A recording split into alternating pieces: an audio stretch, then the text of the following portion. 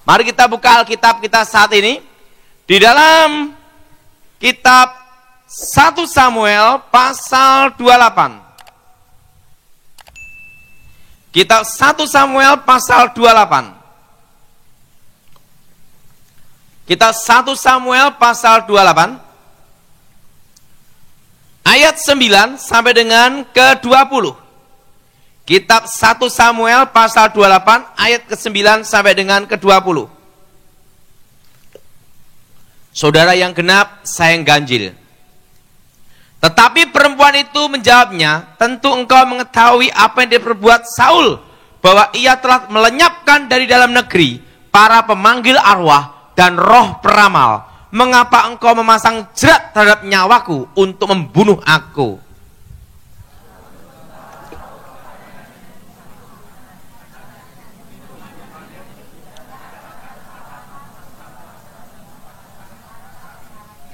Sesudah itu bertanyalah perempuan itu, siapakah yang harus aku panggil supaya muncul kepadamu? Jawabnya, panggillah Samuel supaya muncul kepadaku.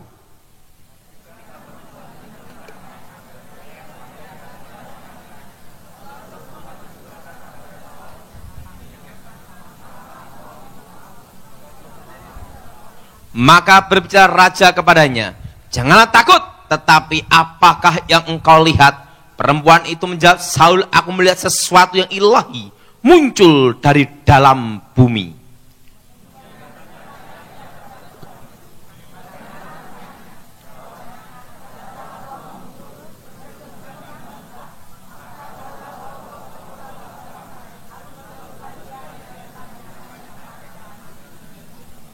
Sesudah itu bicara Samuel kepada Saul, mengapa engkau mengganggu aku dengan memanggil aku muncul? Kata Saul, aku sangat dalam keadaan terjepit.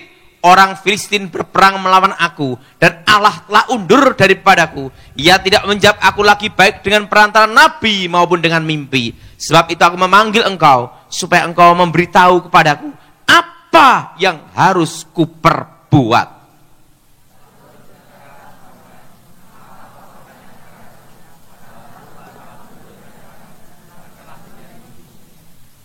Tuhan telah melakukan kepadamu seperti yang difirmankannya dengan perantaraanku, yakni Tuhan telah mengoyakkan kerajaan dari tanganmu dan telah memberikannya kepada orang lain, kepada Daud.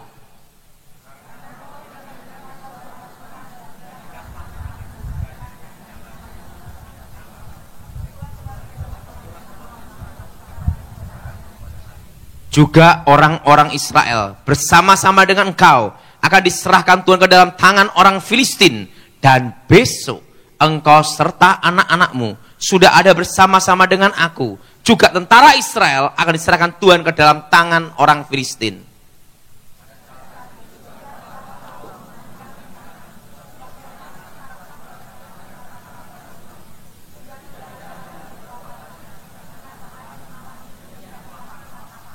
Suatu kesalahan yang fatal pada waktu Tuhan tidak menjawab melalui nabi. Pada waktu Tuhan tidak menjawab melalui mimpi. Pada waktu Tuhan tidak menjawab melalui Urim maupun Tumim. Maka Saul mengambil jalan pintas. Waktu dikepung orang Filistin. Yaitu mencari petunjuk dari seorang dukun. Untuk memanggil arwah Samuel. Memanggil apa, saudara? Arwah Samuel. Yang jadi pertanyaan, apakah itu arwah Samuel? Kenapa orang memanggil arwah dan ada penghormatan arwah? Yang pertama, dipercaya ada kehidupan setelah kematian. Apa, saudara? Ada apa, saudara? Ada kehidupan setelah apa, saudara? Kematian. Kedua, dipercaya bahwa arwah orang yang meninggal bisa menjadi pengantara antara Allah dan manusia. Terutama kalau dianggap itu orang suci atau orang sakti. Karena dianggap bisa menjadi pengantara antara Allah, antara dewa dengan manusia. Makanya ada di kuburan keramat yang dianggap sakti atau orang dianggap orang suci, langsung sembayangan dekat kuburan. Padahal dia sama yang mati itu tidak ada hubungan keluarga, hanya satu keluarga aja, Adam dan Hawa, betul? Nah, tetapi apa? Doa di kuburan. Karena dianggap, dipercaya bahwa arwah orang yang meninggal bisa menjadi pengantara antara Allah dan manusia, antara dewa dengan manusia. Karena dianggap untuk menghantarkan doa-doanya. Makanya ada orang sembayangan ada di mana? Di kuburan. Bukan di gereja atau di masjid, di kuburan. Kenapa di kuburan? Kurang kerjaan itu. Jelas? Kenapa? Makanya ada kalau di satu kampung atau satu kelurahan ada punden atau danyang penunggu di situ. Itu adalah orang yang dianggap sakti atau keramat, orang yang punya kekuatan mistik atau orang suci. Maka setiap tahun sekali diadakan ritual pemanggilan untuk menghormati arwah. Untuk apa itu tujuannya? Untuk menghantarkan doa-doa mereka. Karena dipercaya bisa menjadi pengantara antara Allah dan manusia. Yang ketiga, dipercaya arwah orang yang meninggal itu tahu masa lalu dan masa akan datang. Ini semua tahu masa lalu dan masa akan. Nah, makanya peramal itu rata-rata pakai roh arwah orang mati. Karena dipercaya arwah orang yang meninggal tahu masa lalu dan masa akan datang. Makanya pada waktu zaman SDSB, Rebo malam Kemis, yang tidak mimpi dipaksa mimpi, betul?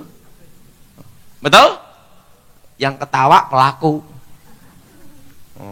Sampai di kuburan, sampai kemana.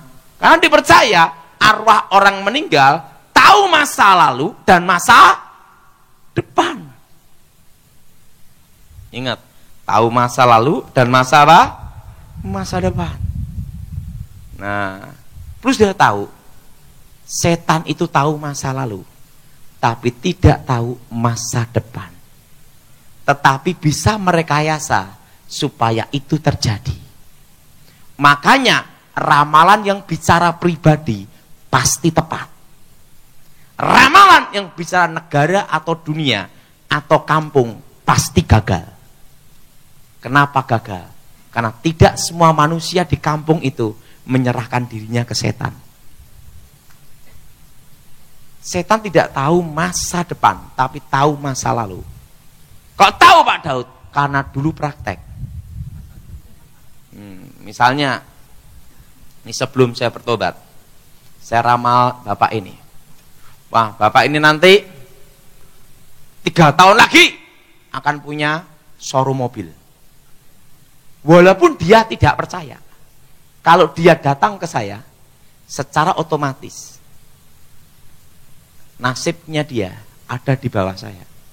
Maka roh dalam diri saya akan bekerja merekayasa supaya itu terjadi 3 tahun dibantu untuk mobil, showroom mobil. Tetapi setelah ramalan itu terjadi, kutukan baru berjalan. Makanya tukang ramal tidak akan ramal dirinya sendiri. Kenapa? Karena dia takut kutukannya juga. Jelas? Nah, tapi ramalan yang bicara negara atau dunia pasti gagal. Karena tidak semuanya mereka menyerahkan masa depan nasibnya ke setan. Makanya ramalan tahun 2000 jam 00 akan terjadi kekacauan di dunia. Terjadi enggak? Tidak terjadi. Karena itu bicara tentang dunia. Ingat, bumi dan isinya ini, ingat, masih dalam kendali Tuhan. Enggak usah banyak-banyak. Ramalan tentang presiden salah banyak. Dulu meramal Megawati jadi presiden. Muncul apa? SBY. Banyak ramalan paranormal, ramal Prabowo jadi presiden, yang jadi Jokowi. Karena apa? Ingat, masa depan dan negara ini masih dalam kendali Tuhan. Dan tidak semua manusia ada di Indonesia ini menyerahkan dirinya ke setan. Makanya ramalan bicara pribadi pasti tepat. Negara, dunia, kampung pasti gagal. Nggak usah dunia, kampung aja gagal. Ramalan tentang Noto Negoro, No Soekarno, To Soeharto. Negoro keliru siapa? Habibie. Habibie ndak ada no, betul? Goro, Gus Dur, Megawati, SBY, bubar, betul lah. Ramalan Notonegoro kalah, gagal. Karena itu menyangkut apa? Negara. Tahu ramalan pribadi pasti ingat, setan tidak tahu masa depan, tetapi bisa merekayasa supaya terjadi. Pertama, karena dia percaya arwah orang meninggal tahu masa lalu dan masa depan. Yang keempat, dipercaya arwah orang yang meninggal tahu rahasia alam. Dan yang kelima, ini yang parah, dipercaya arwah orang meninggal lebih jujur daripada orang hidup. Dianggap lebih apa? Jujur. Coba mimpi ketemu ayahnya yang, wah nak aku susah di sana, tolong saya ini dikasih ayam ingkung karena aku lama tidak makan ayam Kentucky Fried Chicken.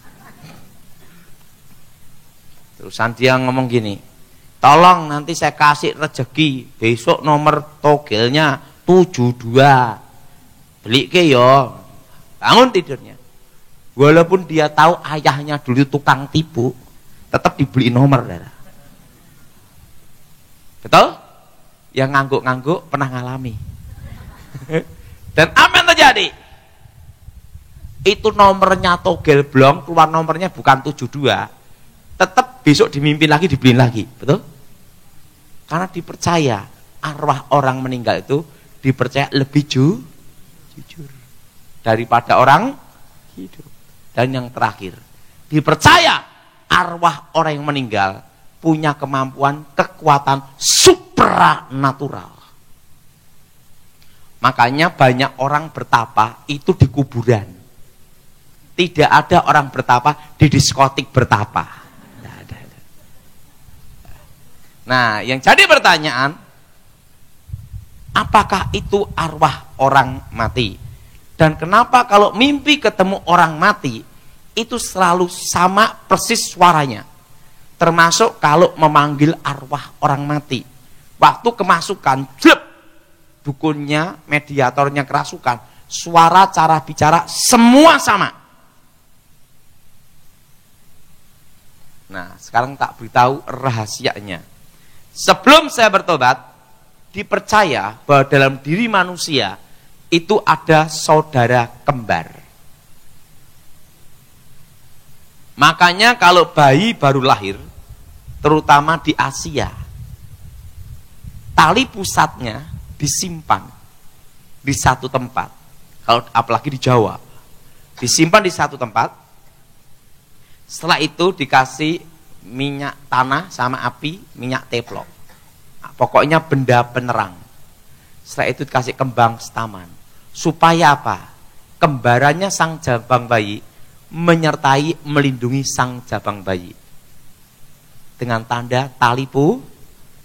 Nah, kepercayaan itu sampai sekarang masih ada. Betul? Betul? Nah, yang jadi pertanyaan, apakah di dalam diri manusia ada saudara kembar? Sebelum saya bertobat, saya punya paham, itu namanya sedulur papat limo panjer. Bahwa dalam diri manusia ada saudara kembar. Nah, akan saya kasih tahu rahasianya. Saya minta tolong, mana untuk contoh ya? Nah, sebentar dulu. Ini sini, Revi aja sini. Tidak apa-apa. Saya harus cari contoh yang mirip.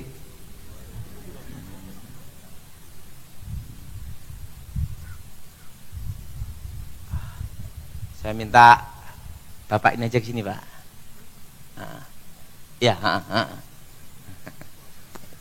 Contoh. Untuk jadi setannya. Wah, bayangin. Nah, ini jadi malaikatnya aja lah. Nah, sini ya. Nah.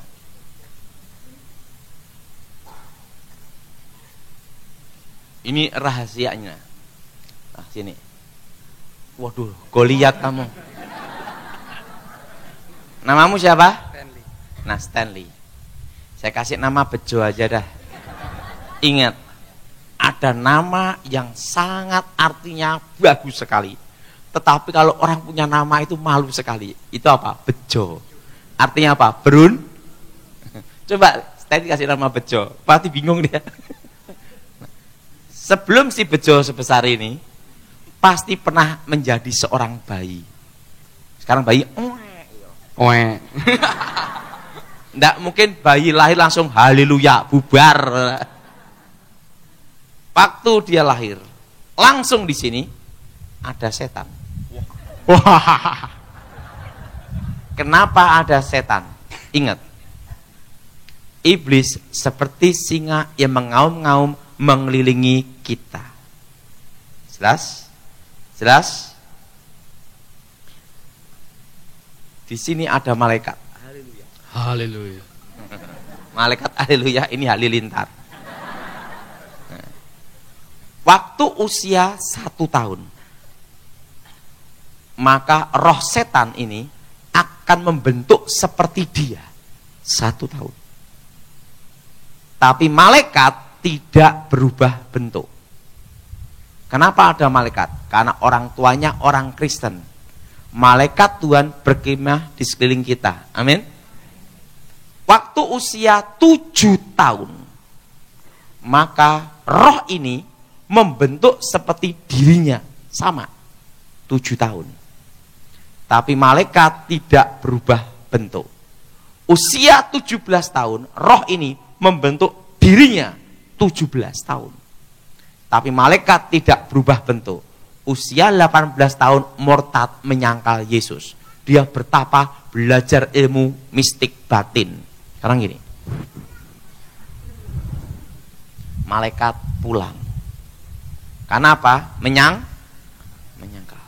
Waktu dia bertapa, maka yang pertama kali dia lihat adalah ini. Roh yang wujudnya sama dengan dia. Makanya orang belajar meditasi atau belajar untuk ilmu ngeraga sukma, tahap dasar yang pertama kali dia lihat waktu belajar ngerogo sukmo, mecat rogo, yang pertama kali lihat adalah dirinya sendiri. Nah, ada di sini. Dan roh ini pula yang pertama kali masuk untuk menghubungkan roh-roh yang lain. Dan roh yang lain itu masuk semua sini. Nah, usia 70 tahun dia mati. Innalillahi, mati gini. Karena dia tidak percaya Tuhan, tidak dalam Tuhan, langsung arwahnya menuju dunia orang mati. Karena dia tidak percaya Tuhan. Tetapi di kuburannya adalah roh ini, yang wujudnya sama dengan ini. Karena roh ini mendampingi sejak lahir. Dan roh ini pula yang mendatangi anak cucunya ini semua. Makanya suaranya bisa sama. Nah, dulu sebelum saya bertobat, pada waktu mempelajari ilmu pembangkit arwah, misalnya ini mati. Sekarang gini. Ini matranya diucapkan, dipanggil, set. Ini masuk ke jasadnya, set. Ini bisa dikendalikan dari jarak jauh. Jelas? Ini sering digunakan untuk apa? Santet. Jelas? Jelas? Yang roh wujudnya sama dengan ini. Mendatangi untuk teror. Nakut-nakutin. Jelas? Jelas?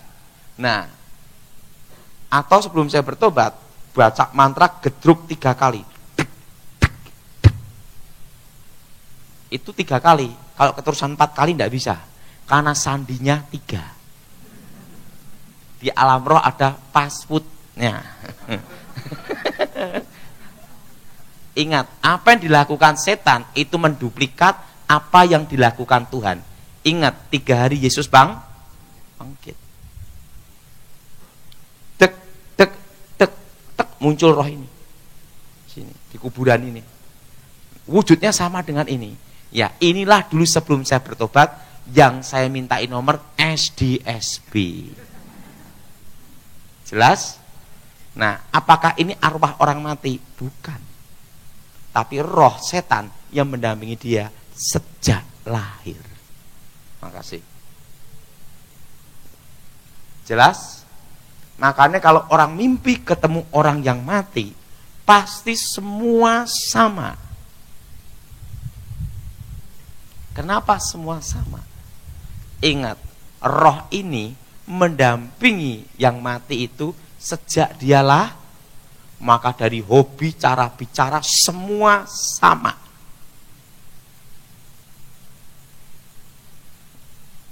Nah, apa kutukan orang yang memanggil arwah orang mati?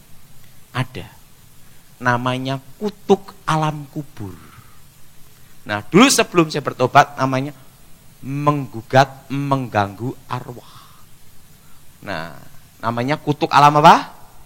Suatu daerah atau suatu tempat yang banyak untuk memanggil arwah orang mati, maka akan terkena kutuk alam kubur. Maka daerah itu akan banyak terkena kutukan musibah bencana dan kutuk kemiskinan dan kutuk sakit penyakit. Contohnya Papua. Papua adalah satu pulau yang luar biasa. Emas ada. Bahkan orang berjalan di atas emas. Betul? Namanya privat. Betul? Betul? Emas ada. Uranium ada. Minyak ada. Batu bara ada. Semua hasil tambang yang berharga itu banyak ada di Papua. Betul? Betul? Tetapi wilayah itu banyak pemanggilan pemujaan arwah. Penghormatan Bayangin, penduduknya miskin-miskin. Betul? Betul? Betul? Kalimantan. Kalimantan sebenarnya adalah satu pulau yang kaya raya. Minyak, gas, batu bara, hasil hutan. Tapi ingat, banyak penduduknya sana miskin-miskin. Betul? Dan banyak apa? Musibah, bencana. Tidak usah banyak-banyak. Indonesia harusnya adalah negara yang kaya raya di Asia. Bayangin, tongkat dilempar ke tanah jadi pohon. Karena apa? Tongkatnya dari kayu singkong. Maka jadi pohon. Betul? Betul? Karena tongkatnya dari apa? Singkong. Nah, jatuh jadi pohon. Betul? Nah, emas ada, hasil laut melimpah. Betul? Hasil apa? Hasil laut melimpah. Hasil laut melimpah, tanah subur. Betul? Hasil alam luar biasa, cengkeh, gula, kopi, semua ada. Betul? Hasil tambang, batu bara, minyak, emas, besi, semua ada. Boksit ada. Tapi Indonesia menjadi negara termiskin di dunia nomor berapa? Betul? Karena apa? Karena banyak pemimpin Indonesia, bayangin, mau ngelantik, mau nyalonkan jadi presiden aja, ke kuburan dulu. Betul? Betul? Ke kuburan. Betul? Banyak menteri, bupati pergi kemana? Minta restu ke kuburan, doa ke kuburan, meminta kuburan, tempat keramat. Maka Indonesia ini banyak sekali musibah bencana. Karena yang mengikat Indonesia ini adalah kutuk alam kubur. Langit menjadi tembaga, tanah menjadi besi. Jelas? Jelas? Kayak Toraja. Banyak pemanggilan itu kutuk alam kubur.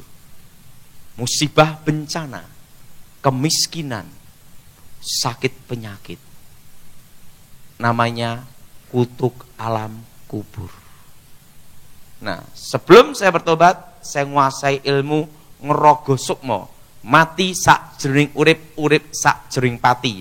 Mati dalam hidup, hidup dalam mati. Dan ilmu ini dulu sebelum saya bertobat, sering saya gunakan adu ayam. Maka saya adu ayam itu tidak terkalahkan sampai sekarang. Kenapa? Setelah bertobat berhenti.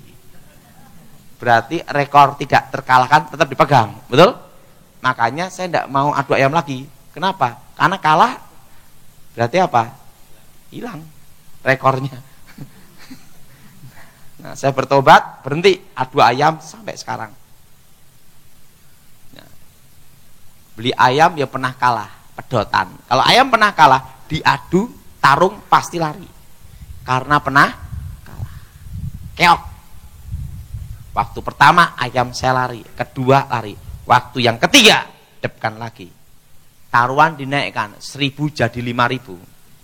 Semua bertaruh di lawan saya. Saya bertaruh di ayam saya sendiri. Langsung roh saya masuk ke dalam ayam. Saya baca mantra, tameng wojo, tameng baja. Supaya badan saya tidak disentuh oleh manusia. Kalau disentuh, keterusan mati. Dan tidak boleh lama-lama, maksimal 1 jam. Itu napas itu berhenti, tapi peredaran darah tetap jalan.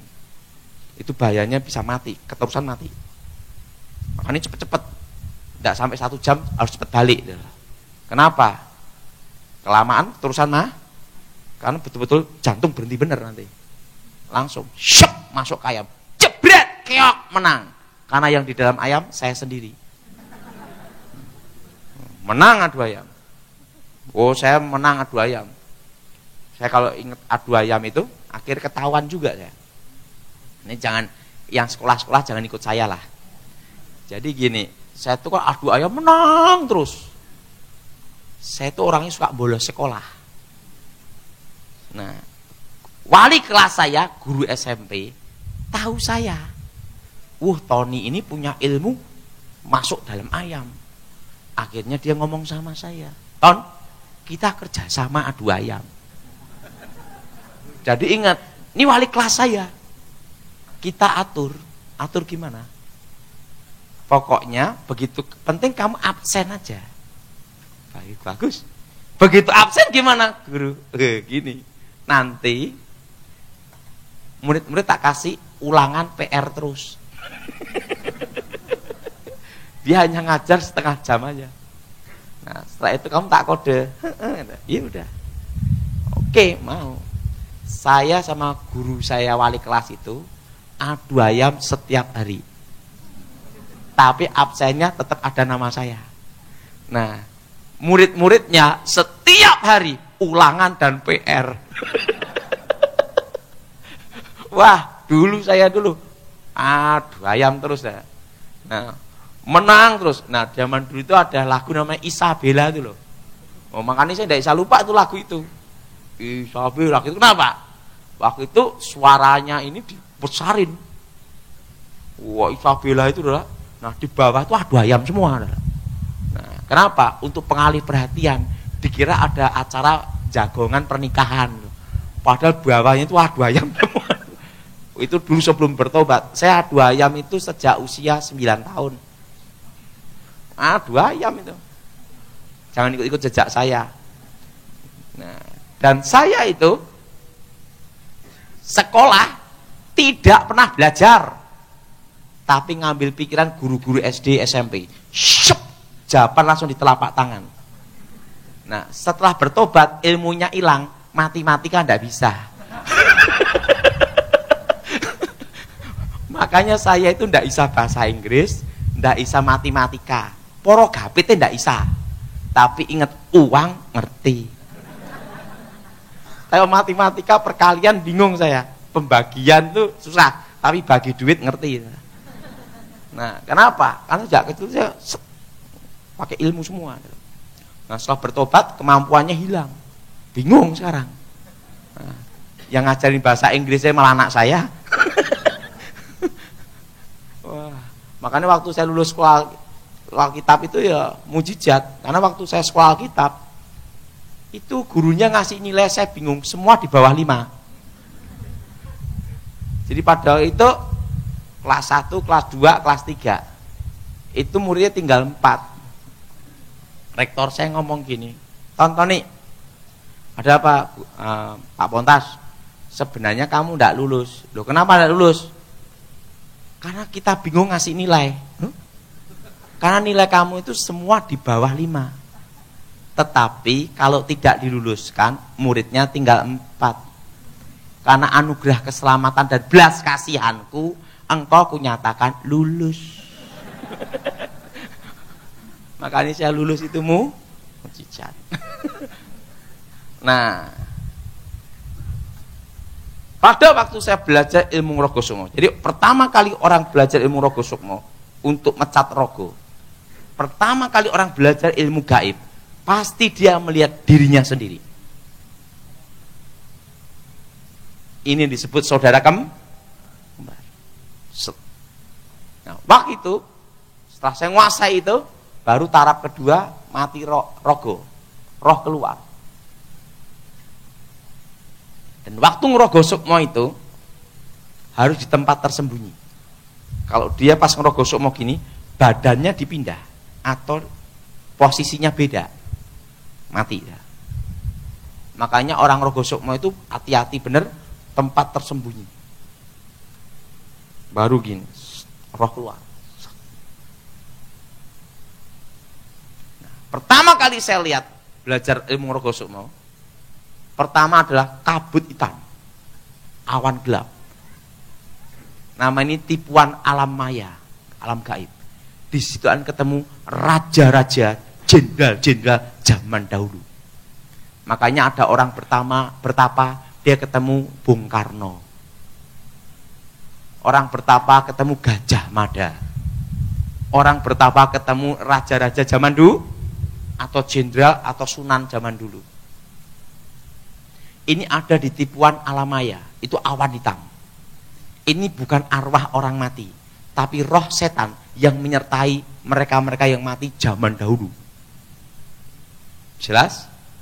Nah, setelah itu ada lautan kaca. Lautan kaca ini seluruh dunia bisa dilihat. Makanya ilmu terawang itu menggunakan lautan kaca ini. Misalnya ada penjahat ngerampok mas, pemilik toko mas minta tolong saya, langsung baca mantra weng juh vitamin komplit, langsung ilmu terawang. Dilihat dari mana? Lautan kaca ini. Oh, ini penjahatnya namanya ini, alamat di sini. Tangkap jam sekian, pasti ketangkep. Tetapi ingat, dukunnya sendiri kehilangan mobil, lapor polisi. Karena siapapun yang menggunakan jasa ini akan terkena kutukan, bangkrut seumur hidup. Makanya dukun itu tidak akan berani menggunakan ilmunya sendiri. Kenapa? Karena dia tahu resiko. Tahu apa, saudara? Resiko. Terawang. Taunya saya tahu resiko dari mana? Waktu saya belajar ilmu terawang, tiba-tiba ayam guru saya dicuri orang. Ayam nenek guru saya. Saya ngomong sama nenek, tenang nenek. Saya kan baru belajar waktu itu. Saya cukup gunakan ilmu terawang untuk nangkap penjahat pencuri ayam nenek. Waktu saya mau gunakan, nenek saya ngomong, stop, jangan kamu gunakan. Harga ayam dan kutukannya lebih berat kutukannya, goblok. Gitu. Di situ baru ngerti, ada kutukannya. Ingat, setan tidak pernah memberi manusia gratis. Itu dukun yang bisa bikin laris toko. Kenapa tidak buka pabrik sendiri? Betul? Dia tahu resiko, ada harga yang dibayar. Nah, lautan kaca inilah yang bisa dilihat oleh seorang dukun untuk seluruh dunia. Sebenarnya tentang lautan kaca ini ada di Alkitab ada. Pada waktu Yesus dicobai. 3 pencoba. Iblis ada di situ. Yesus berdiri di satu tempat. Dia berkata apa? Kalau engkau menyembah aku. Iblis menunjukkan semua kerajaannya. Yesus ada di satu tempat, seluruh dunia kelihatan. Iblis berkata apa? Kalau engkau menyembah aku, ini kuberikan. Betul? Ingat, Yesus ada di satu tempat. Yang menunjukkan siapa? Setannya loh. Nah, makanya kalau orang ilmu terawang, anaknya hilang jam berapa? Ilmu terawang. Oh jam sekian. Oh ya namanya ini. Tak pasti ketemu. Tapi kutukannya berat. Bangkrut seumur hidup. Makanya pabrik-pabrik yang minta ilmu terawang pasti habis. Biasanya yang tahu pemilik perusahaan tidak menggunakan jasa ini. Tapi tiba-tiba pegawainya punya inisiatif, pegawainya bangkrut. Nah, setelah itu, setelah lautan kaca, baru ada lubang kecil menuju ke bawah, terowongan. Disitulah arwah orang mati semua berada. Apa saudara? Arwah orang mati berada. Ratap kertak gigi, ratap tangis. Nah, pada waktu saya ke situ, mau masuk terowongan itu, guru saya mencegah saya. Stop sampai di sini. Kenapa kakek? Kalau kamu masuk terowongan itu, kamu tidak bisa kembali ke dunia orang hidup. Makanya banyak orang bertapa masuk situ keterusan mati. Tidak bisa balik. Jelas? Jelas? Saya tanya sama guru saya, kenapa? Di situ ada hukum kodrat alam, garis dari takdir sing kuwasa yang maha kuasa.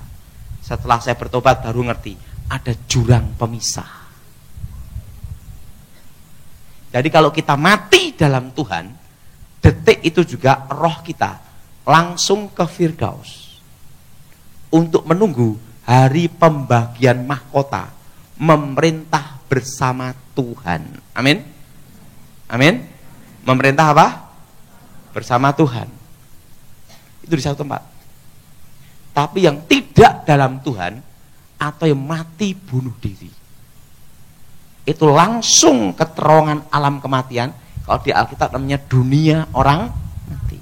Masuk situ dan tidak bisa kembali ke dunia orang hidup waktu hembusan nafas terakhir. Jadi ingat, 7 harian, 40 harian itu tidak ada. Ada yang mati, nanti rohnya gentayangan cari siomay, bakpao, mie ayam. Itu tidak ada. Nah, kalau yang menampakkan diri itu siapa? Ingat, roh setan yang menyamar. Kalau itu orang yang bunuh diri, berarti roh setan yang menyamar orang yang bunuh diri itu, yang mendampingi sejak lahir. Maka sama. Jelas? Jelas? Nah, tentang kitab ini, apakah ini arwah Samuel? Pertama, suatu hukum roh, perlu sudah tahu, suatu roh yang bisa dipanggil dukun, maka pangkat roh itu lebih rendah daripada sang dukun.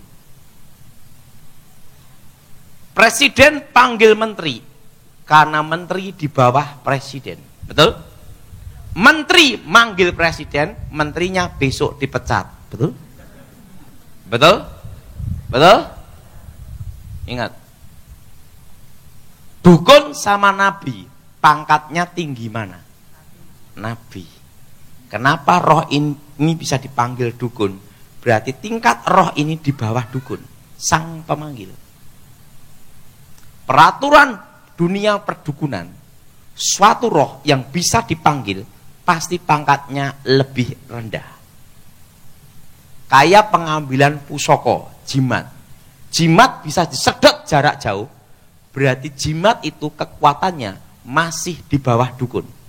Roh setan dalam diri dukun, sehingga bisa diambil pusakanya. Tapi coba pusaka yang lebih hebat rohnya daripada rohnya dukun, pasti tidak bisa diambil. Harus apa? Bertapa untuk mengambil pusaka itu.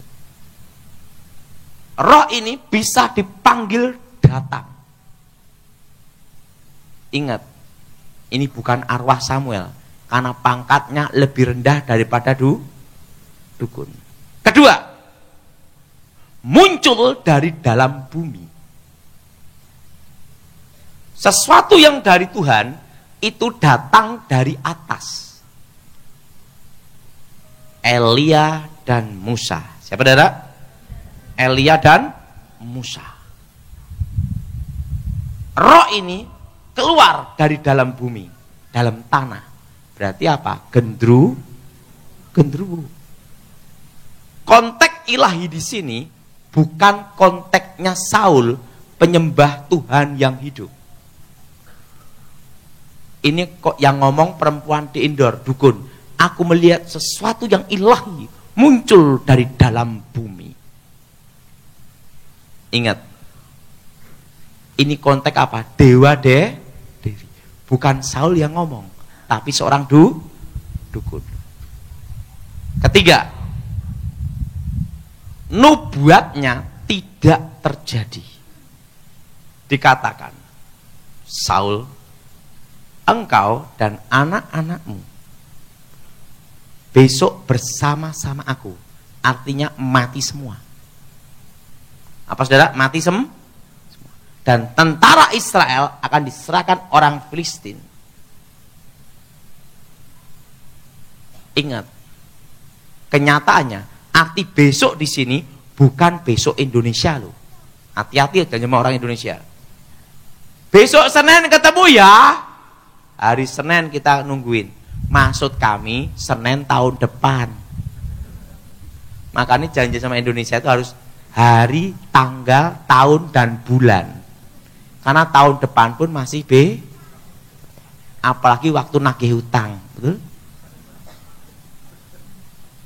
Nah, besok di sini betul-betul besok.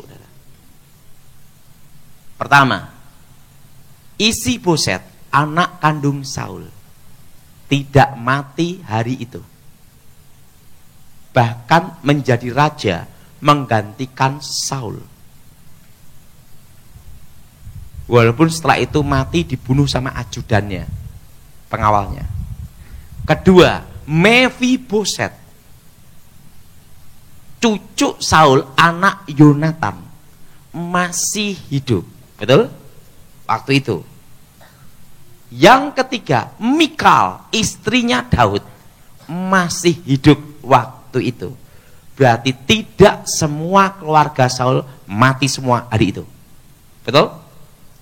Berarti nubuatnya tidak terjadi.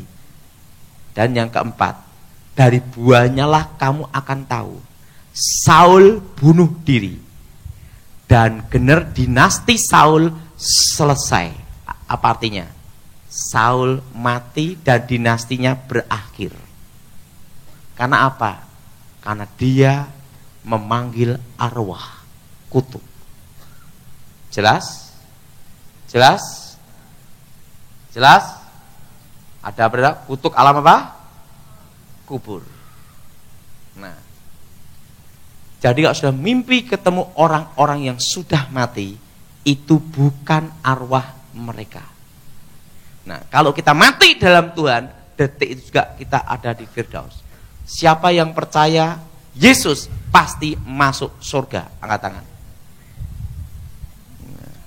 Apa kalian pernah ke surga? Berbagailah orang percaya walaupun tidak Saya percaya karena melihat. Waktu saya lulus sekolah Alkitab, saya tidak mau jadi hamba Tuhan. Apalagi jadi pendeta. Maka sampai sekarang saya bukan pendeta, saya penginjil aja. Kenapa? Karena pendeta itu banyak proyek thank you, proyek terima kasih. Capek-capek doain jemaat sampai rumah sakit, malam itu kita keluar. Pulang, bensin bayar sendiri, pulang bayar sendiri. Jemaat ngomong apa? Thank you. Betul? Yang ketawa jemaat pelakunya. Wah, saya pikir jadi hamba Tuhan ini banyak proyek thank you.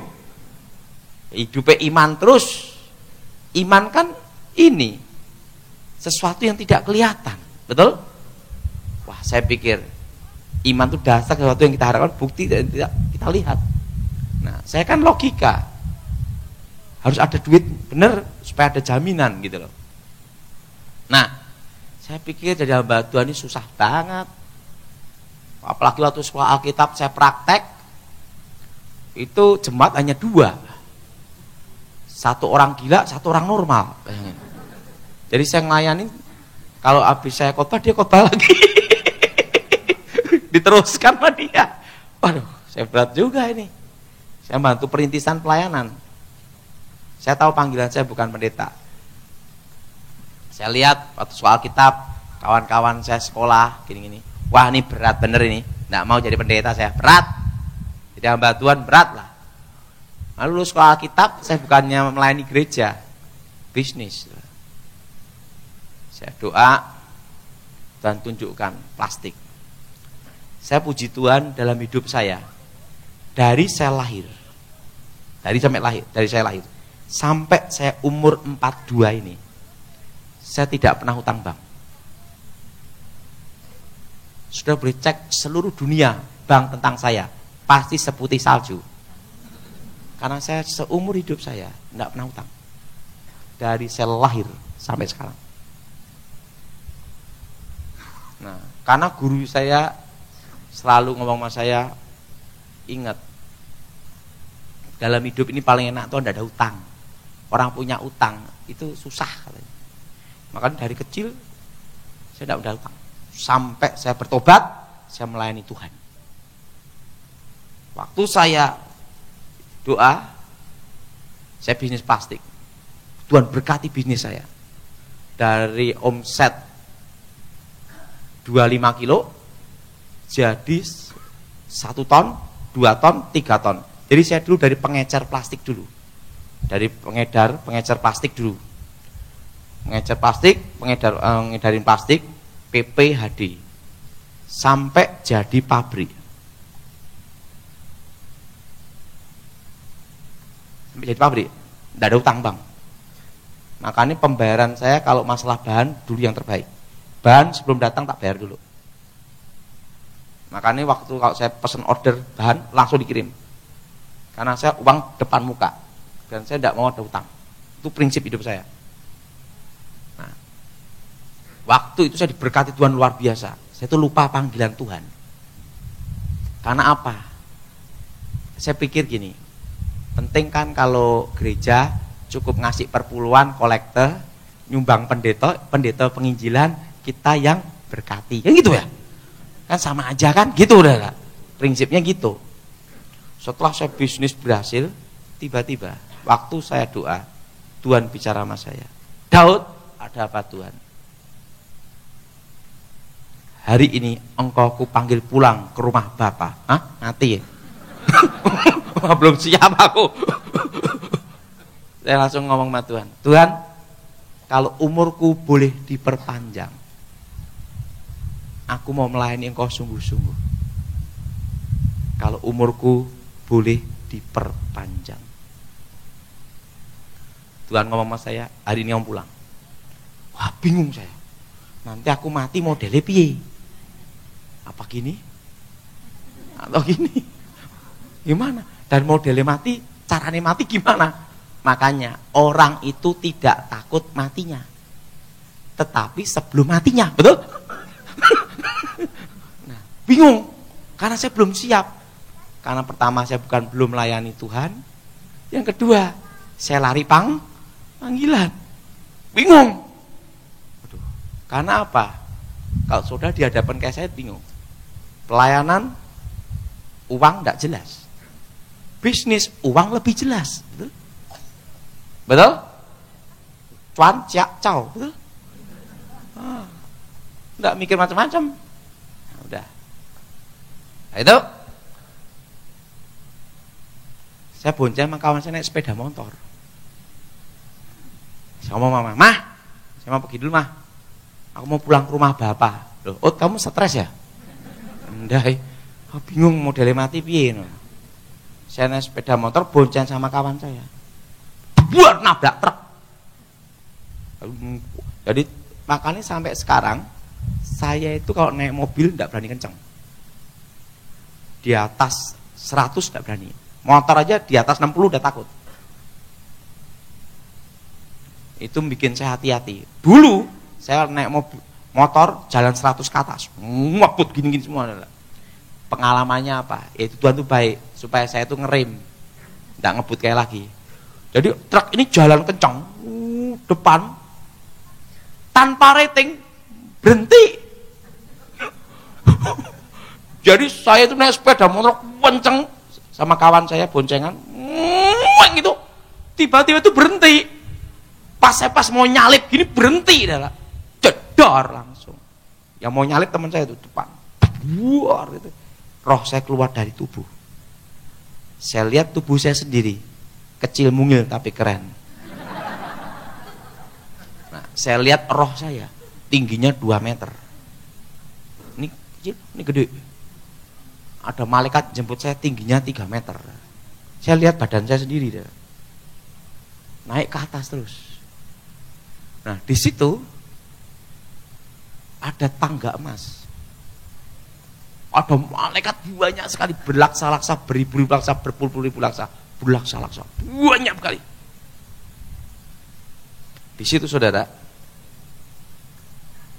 tidak ada matahari, tidak ada bintang, dan tidak ada bulan. Terang. Di situ ada tahta. Nah, tahta ini yang menyinari seluruhnya. Malaikat itu ngajak saya dalam suatu bahasa, bukan bahasa Indonesia. Di sana ada bahasanya sendiri. Tapi ngerti. Ada satu bahasa. Bahasa malaikat. Tapi apa yang dikata ngerti? Di situ ada paduan pujian, penyembahan, suara kayak derau air bah. Bung, bung, bung, bung. Malaikat itu berkata, lagu-lagu pujian penyembahan sebelum dinyanyikan di bumi, terlebih dulu dinyanyikan di surga. Jadi lagu-lagu baru yang di gereja ini itu stok lamanya surga. Jadi kita lagu lama semua ini adalah. Di situ saudara, malaikat ngajak saya, sebelum menghadap yang maha kuasa, kalau masuk suatu ruangan, ruang maha kudus. Saya masuk, tirai terkoyak dari atas ke bawah. Saya lihat tabut perjanjian. Malaikat itu menjelaskan, apa yang dilihat Musa tentang kemah suci adalah gambaran dari tempat itu. Saya diajak jalan, balik ke tangga emas itu lagi. Di situ, di tahta itu, ada suara. Daud, Daud, Daud, Daud. Sebenarnya sudah waktumu ada di tempat ini. Tapi karena kamu ingin minta umurmu diperpanjang di muka bumi, maka umurmu aku perpanjang di muka bumi. Tetapi selama aku perpanjang di muka bumi, pergunakan sebaik-baiknya. Karena waktunya tiba, kau akan kujemput kembali ke tempat ini lagi untuk selama-lamanya. Makanya saya tidak mungkin 2 kali. Kalau 2 kali tidak balik. Nah, setelah itu, sebelum kau ke muka bumi, kutunjukkan apa yang akan terjadi atas bangsamu dan hidupmu di masa depan. Saya lihat hari-hari yang akan terjadi itu kelihatan semua. Kayak layar lebar. Tangannya gini. Saya lihat bom meledak di sana sini. Waktu saya lihat bom meledak di sana sini, saya ngomong sama Tuhan, Tuhan aku tidak jadi balik, tidak apa-apa lah. Tapi Tuhan ngomong, engkau harus kembali ke rumah orang tuamu, karena umurmu kuperpanjang. Tunjukkan. Saya lihat Timur-Timur pecah dari Indonesia. Saya lihat Mei 98 kerusuhan. Saya lihat hari-hari yang akan terjadi. Terus sudah tahu Indonesia akan terpecah menjadi 3. Pertama, Timur-Timur sudah pecah. Nanti ada 2 yang pecah. Tapi tahunnya kapan saya tidak dikasih tahu. Gila sekali. Akan terjadi. Engkau menjadi penasihat bagi orang-orang terkemuka negerimu. Kelihatan semua. Saya tanya sama Tuhan, Tuhan, aku ingin tahu jodohku siapa. Nah, jangan-jangan dikasih yang gini. Lebih baik tidak balik. Tunjukin. Ada perempuan rambut lurus, mau lihat wajah ditutup. Engkau akan ketemu di satu tempat. Betul, saya ketemu istri saya di Jogja waktu KKR. Tepat rambutnya persis panjang itu. Ada anak kecil perempuan gini-gini. Itu siapa Tuhan? Anakmu di masa depan. Hari yang terjadi. Tuhan, kapan engkau datang? Engkau tidak perlu tahu masa dan waktunya. Yang perlu engkau tahu, aku menyertai umatku sampai kesudahan zaman. Untuk kedatangan Tuhan tidak ada yang tahu. Nah, setelah itu tunjukkan hari-hari yang akan terjadi. Setelah itu dia ngomong, kembali ke rumah orang tuamu. Tuhan, sebelum aku kembali, aku minta satu hal. Jangan beri aku kekayaan. Nanti kalau aku kaya, lupa siapa engkau. Dan jangan beri aku kemiskinan, karena orang miskin itu susah, modal hanya nekat aja. Aku minta satu aja Tuhan. Apa itu? Cukup bisa beli apa-apa. Itu aja.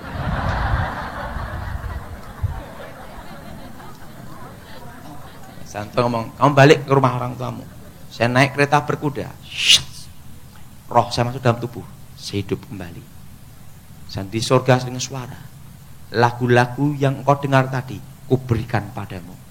Maka terciptalah lagu, biar awan kemuliaanmu turunlah memenuhi bait sucimu. Itu udah sampai berapa lagu, 75 lagu dah. Nah, disitulah saya melayani Tuhan sampai sekarang. Nah, bagaimana tentang pabrik? Ini waktu udah mau habis ya. Nah, saya singkat aja. Setelah pabrik, semua pabrik, saya mulai berpikir, kalau saya megang pabrik plastik, itu 3 shift. Tidak mungkin saya bisa pelayani, karena itu 3 shift, kontrol penuh. Sekali ukuran beda, kacau. Waktu saya doa, Tuhan beritahu saya, jual pabrik itu. Dan belikan tanah ke tempat yang akan kutunjukkan padamu. Pabrik saya jual.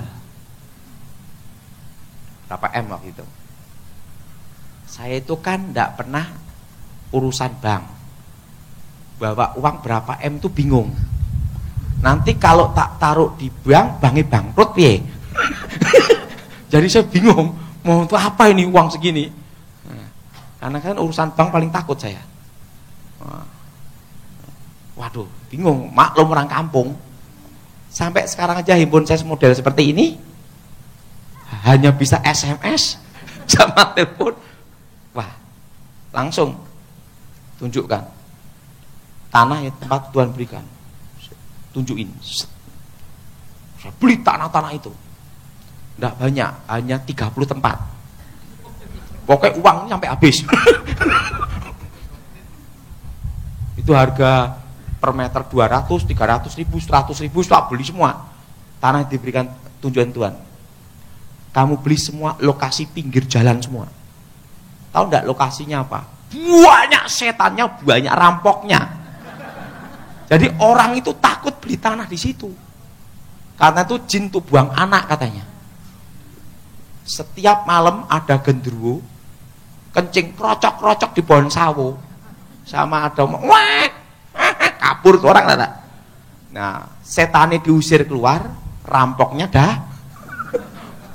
Waduh, akhirnya saya beli tanah, dah saya mengikuti petunjuk Tuhan. Uang tak uang pabrik itu tak belikan tanah semua.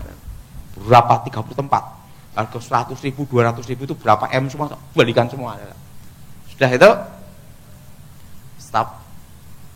Berapa tahun kemudian, 3-4 tahun kemudian, tiba-tiba ada truk, alat-alat berat datang, pong.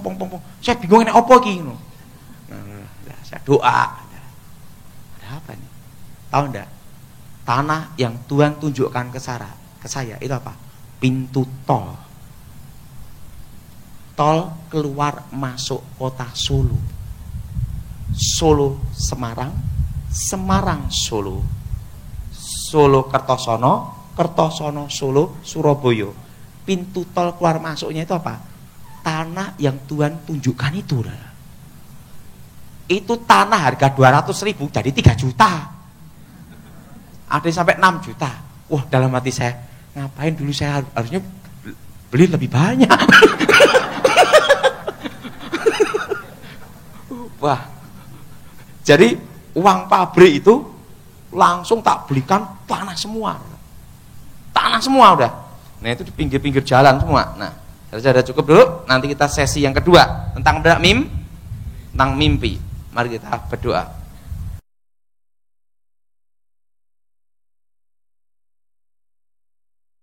Shalom. Saya mau tanya, siapa yang pernah mimpi? Angkat tangan. Kalau tidak pernah mimpi berarti mati. Nah, mari kita buka Alkitab, kitab Efesus pasal yang ke-6. Efesus pasal yang ke-6 ayat 12. Kitab Efesus pasal yang ke-6 ayat 12. Karena perjuangan kita bukanlah melawan darah dan daging, tetapi melawan pemerintah-pemerintah, melawan penguasa-penguasa, melawan penghulu-penghulu yang gelap ini, melawan roh-roh jahat di udara. Sudah yang kasih dalam Tuhan, semua serangan ilmu hitam, semua hubungan dengan kuasa gelap, itu selalu berhubungan dengan mimpi. Kenapa berhubungan dengan mimpi? Sekarang akan saya jelaskan. Alam sadar manusia itu 20%. Berapa saudara? Alam sadar manusia itu 20%. Dan alam bawah sadar itu 80%. Makanya ada memori-memori kita zaman dahulu bisa teringat kembali dan terngiang. Karena alam bawah sadar manusia itu 80%. Dan semua kekuatan mistik, kekuatan roh yang berhubungan dengan setan, dengan kuasa gelap, itu selalu berhubungan dengan alam bawah sadar. Kontak roh, kontak dunia lain pasti dengan alam bawah sadar. Jelas? Jelas? Jelas? Alam sadar? Nah, bagaimana kita mengenalin serangan kuasa gelap untuk mengantisipasi kalau ada serangan kuasa gelap yang masuk melalui alam bawah sadar? Semua kekuatan roh itu pasti masuk melalui satu pintu, yaitu sugesti. Apa saudara? Nah, bagaimana cara menangkal ilmu hitam dan kekuatan roh yang berhubungan dengan kuasa gelap? Semua serangan kuasa gelap itu pasti ada tanda bunyi. Untuk mengenali dulu.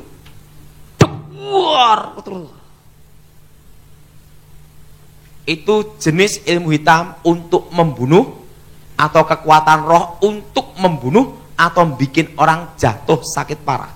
Dan setelah itu pasti akan ada mimpi, yaitu mimpi orang yang terdekat yang sudah mati. Contohnya jadi ayahnya. Daripada kamu susah di sini, ikut saya, lebih bahagia. Ya bangun. Yakin itu arwah ayahnya. Tidak lama tuh, 40 hari pasti mati. Tapi kalau dia tidak percaya itu arwah ayahnya, lolos. Nah, bagaimana untuk mengantisipasi mimpi yang berhubungan kuasa gelap? Pertama, semua mimpi yang berhubungan dengan arwah orang mati jangan dipercayai. Jelas? Jelas? Atau mimpi gigi tanggal 1.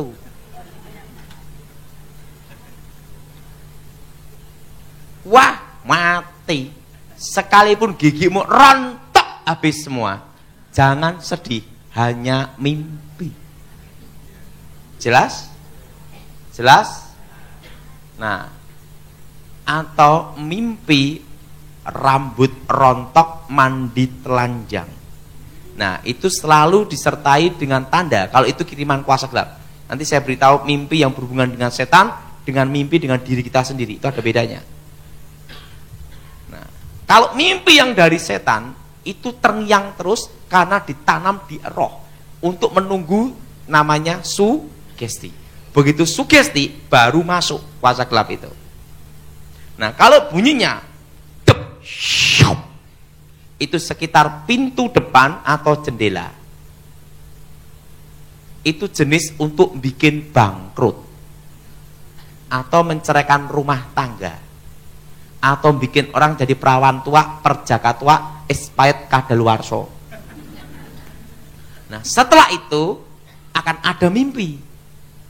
Setelah ada kiriman kuasa gelap itu baru ada mimpi. Nah, mimpi itu untuk apa? Untuk roh ini bisa masuk. Karena roh ini bisa masuk harus ada sugesti. Tanpa sugesti tidak bisa. Jelas? Jelas? Nah, maka mimpi rambut rontok, mandi telanjang, buang air besar banyak. Itu jenis mistik penutup rezeki, penutup masa depan. Dan pada waktu mimpi mandi telanjang atau rambut rontok, di situ pasti di sampingnya ada arwah orang mati. Nah, kalau itu diyakini tanda nasibnya dia, baru kuasa gelap itu bekerja. Bangkrut, jadi perawan tua, jadi perjaka tua, atau cerai rumah tangga. Tapi kalau dia tidak percaya mimpi itu, lolos. Jadi kalau untuk aman dari serangan kuasa gelap, kunci hanya satu. Jangan mempercayai mimpi yang berhubungan dengan semua arwah orang mati. Lolos sudah. Nah, mimpi yang berhubungan dengan kuasa setan, kuasa gelap, ini kira-kira jam 12 malam sampai jam 4 pagi. Dan mimpinya itu tidak bisa lupa. Begitu kita bangun, terngiang terus, tidak bisa lupa. Karena mimpinya itu ditanam dalam roh untuk menunggu apa? Baru masuk.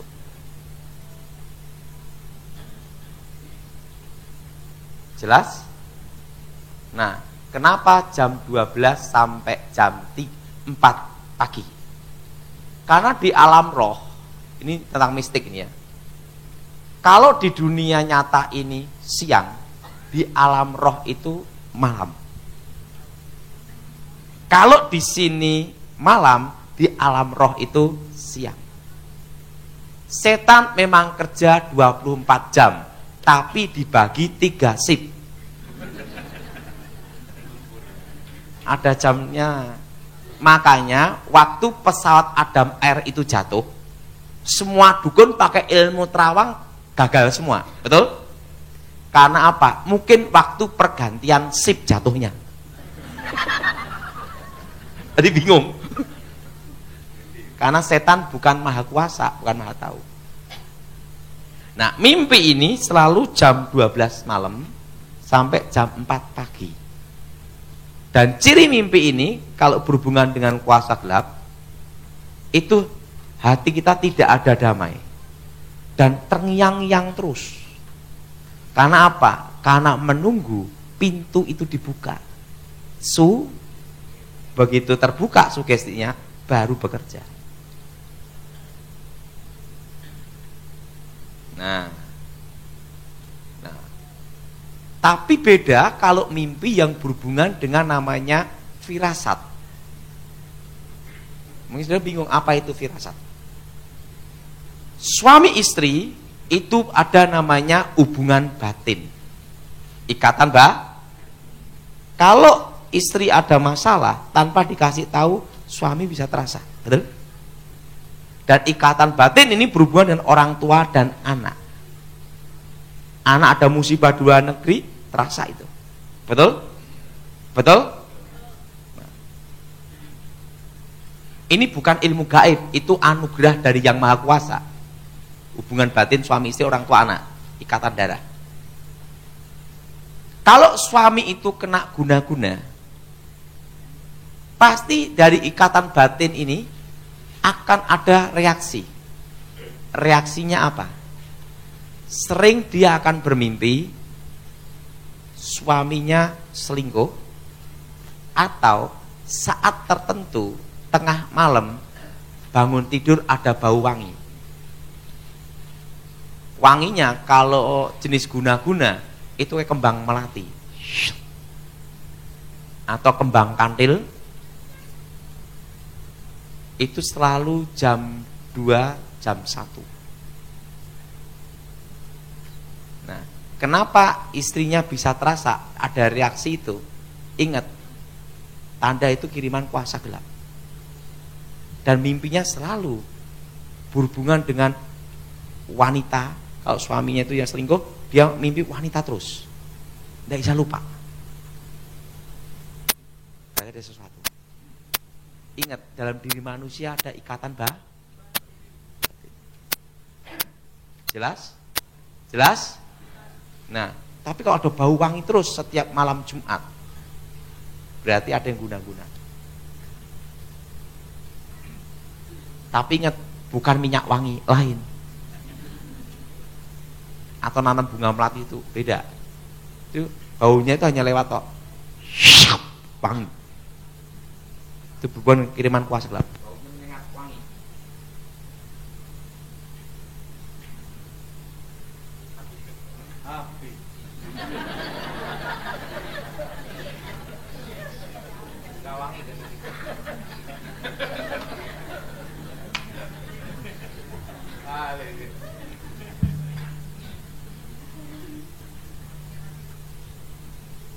Jadi yang pertama, kalau yang berhubungan ilmu guna-guna, itu istri akan sering mimpi berhubungan dengan wanita. Dan ada bau wangi saat malam Jumat. Wanginya itu lewat aja, beng gitu toh, langsung hilang. Kalau wanginya menetap, berarti itu minyak Jadi habis mimpi ada tanda apa? Bau wangi. Nah, istri ini akan terasa mimpi tentang wanita terus. Kenapa? Ingat, ikatan berapa ada kuasa gelap yang dikirim. Dan itu selalu jam 12 sampai jam 4 pagi. Makanya mimpi yang dari jam 12 sampai jam 4 pagi ini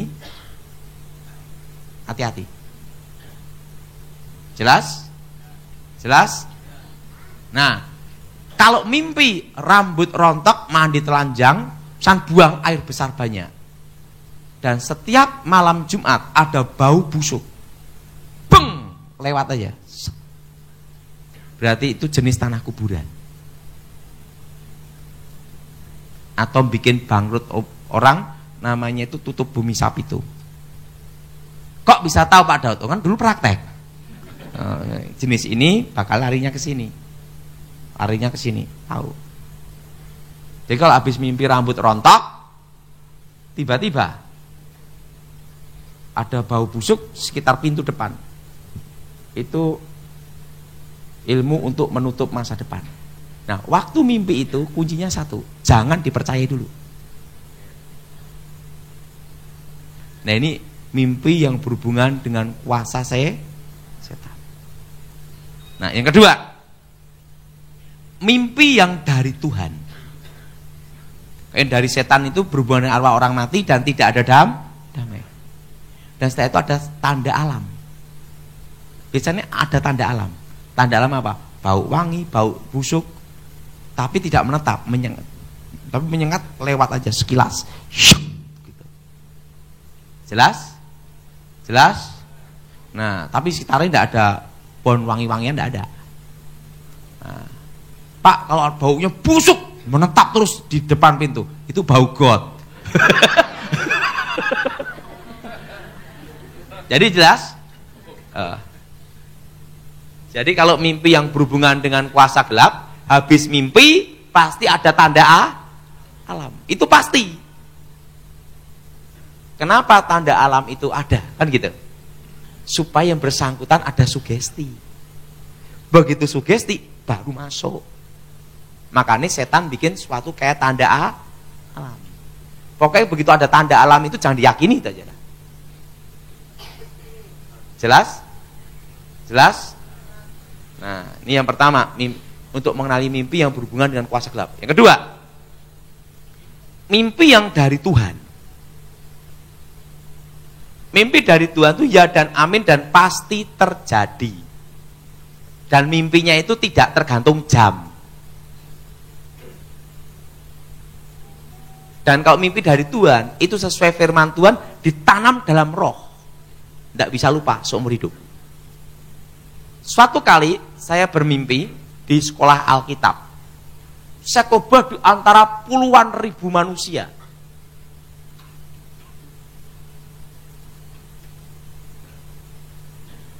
Dan ada hadirat Tuhan luar biasa, damai sejahtera. Dan mimpi itu terngiang terus seumur hidup saya sampai sekarang. Dan terjadi. Ya, mimpi dari Tuhan itu tidak bisa lupa seumur hidup. Karena ditanam dalam roh. Bedanya kalau dari Tuhan damai sejahtera, kalau dari setan tidak ada dam. Kalau yang dari Tuhan tidak mengenal jam. Kalau dari kuasa gelap pasti jam 12 sampai jam 4. Jelas? Kalau dari Tuhan pasti ada damai sejahtera. Dan tidak bisa lupa. Dan mimpinya tidak terputus-putus. Kok mimpi dari setan juga tidak terputus-putus. Terus, terngiang terus. Bedanya dari Tuhan damai yang setan tidak. Jelas? Jelas? Ada damai. Ingat waktu Yusuf dapat mimpi. Nah, ada saatnya kalau kita mimpi dari Tuhan, jangan diomongkan orang dulu. Karena belum tentu orang yang dengar itu mau nerima. Contohnya Yusuf. Dia mimpi. Bapak, aku bermimpi. 11 bintang dan bulan matahari sujud, kan gitu. Dia ngomong di depan kakak-kakaknya. Kakaknya apa? Ngamuk, betul? Kamu mau jadi raja masa kami? Masa orang tuamu sujud menyembah kamu? Kurang ajar, betul enggak? Kakak-kakaknya. Gara-gara hanya mimpi itu, Yusuf dijual, betul? Betul? Karena apa? Dongkol. Bulir itu gandum sujud menyembah bulirku. Lah, ngamuk semua lah. Nah, kadang kalau kita mimpi yang dari Tuhan, waktu kita omongkan ke orang, jangan buru-buru. Belum tentu orang tuh mau nerima. Betul? Kalau udah waktunya Tuhan, baru boleh ngomong.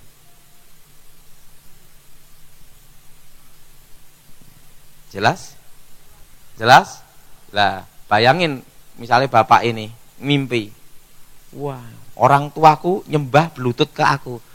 Adik mesti ngamuk, betul? Kakak yang ngamuk, betul? Harus ada hikmat. Jelas? Maka Alkitab itu berkata apa? Cerdiklah seperti ular, baru tulus seperti merpati. Kenapa tidak tulus dulu, baru cerdik? Kalau tulus dulu, lebih cepat dicaplok ular. Makanya cerdik dulu, baru tuh tujuannya baik.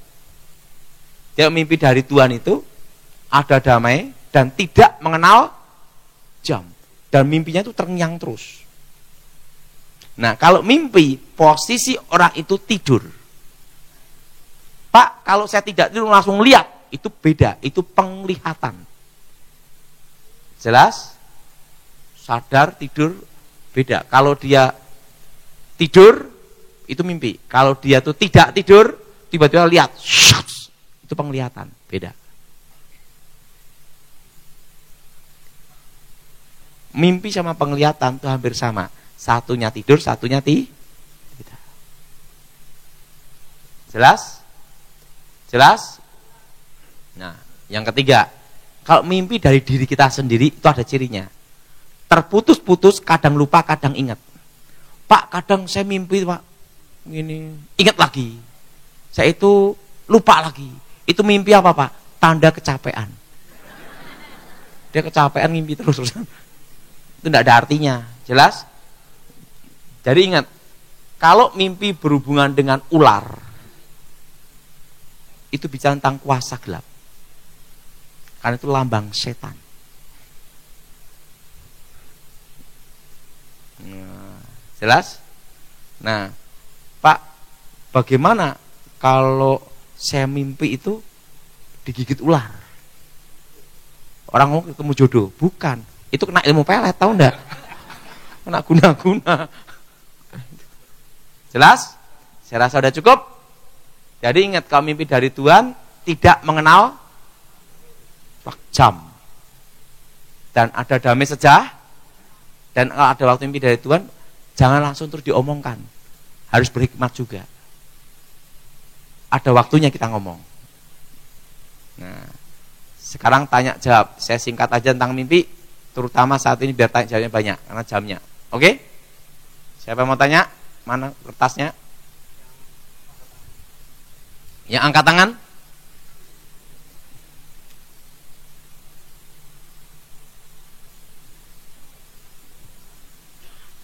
Saya mau tanya?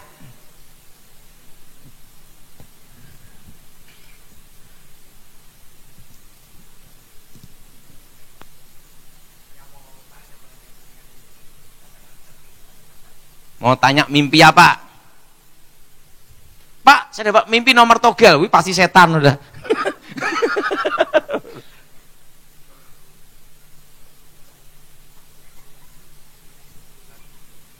Oke, silakan.